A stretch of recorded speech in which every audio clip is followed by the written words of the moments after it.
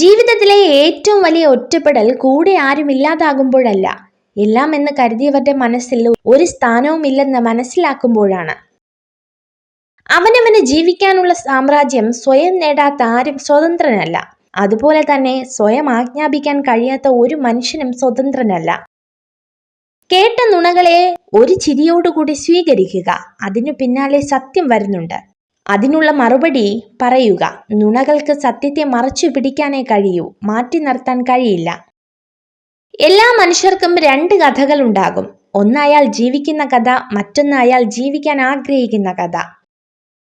നമുക്ക് ബുദ്ധിമുട്ടുകൾ അനുഭവിക്കേണ്ടി വരുന്നത് ഉള്ളിൽ മറഞ്ഞിരിക്കുന്ന ശക്തിയെ പുറത്തെടുക്കുവാനുള്ള മാർഗമാണെന്ന് മനസ്സിലാക്കുക.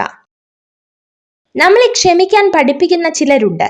എത്രയൊക്കെ ദേഷ്യത്തോടെ സംസാരിച്ചാലും നമ്മളോട് ഒത്തിരി സ്നേഹത്തോടെ പെരുമാറുന്നവർ. അവർക്ക് ദേഷ്യം വരാഞ്ഞിട്ടല്ല, അവരുടെ ദേഷ്യത്തിന് പോലും നമ്മളോട് അത്രയും സ്നേഹമാണ്.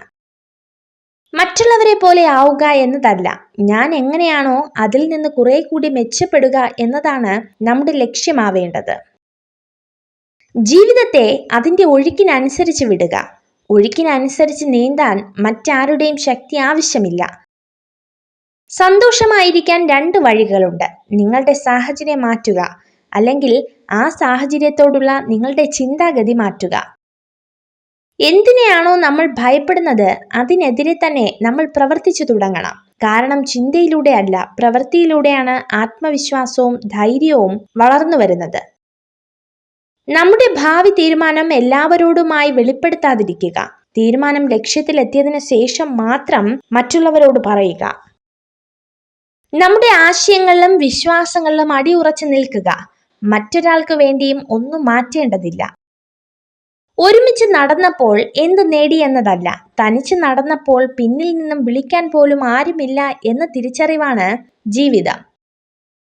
ഓരോരുത്തർക്കും ഓരോ കഥകളുണ്ട്. ആ കഥകളിൽ ഓരോ ശരികളുണ്ട്, മറ്റാർക്കും മനസ്സിലാകാത്ത അവരുടേതായ ശരികൾ. നമ്മൾ എത്രത്തോളം നിഷ്ക്രിയരായി ഇരിക്കുന്നുവോ അത്രത്തോളം ഭയവും സംശയവും നമ്മളിൽ വളരുന്നു. ഒരു പെണ്ണ് നിങ്ങളെ തീരെ ശ്രദ്ധിക്കുന്നില്ലെങ്കിൽ അതിനർത്ഥം അവൾക്ക് നിങ്ങളോടുള്ള സൗഹൃദത്തിന് താല്പര്യമില്ല എന്നതാണ്. പ്രതീക്ഷിക്കുന്നതെല്ലാം സംഭവിക്കണമെന്നില്ല, എങ്കിലും നല്ലത് ചെയ്യുക, നന്മയിൽ ജീവിക്കുക. അപ്പോൾ ജീവിതം മനോഹരമാകും. നിങ്ങൾ ഈ വീഡിയോ കണ്ടതിന് നന്ദി. ഇതുപോലുള്ള കൂടുതൽ വീഡിയോകൾക്കായി ചാനൽ സബ്സ്ക്രൈബ് ചെയ്യൂ.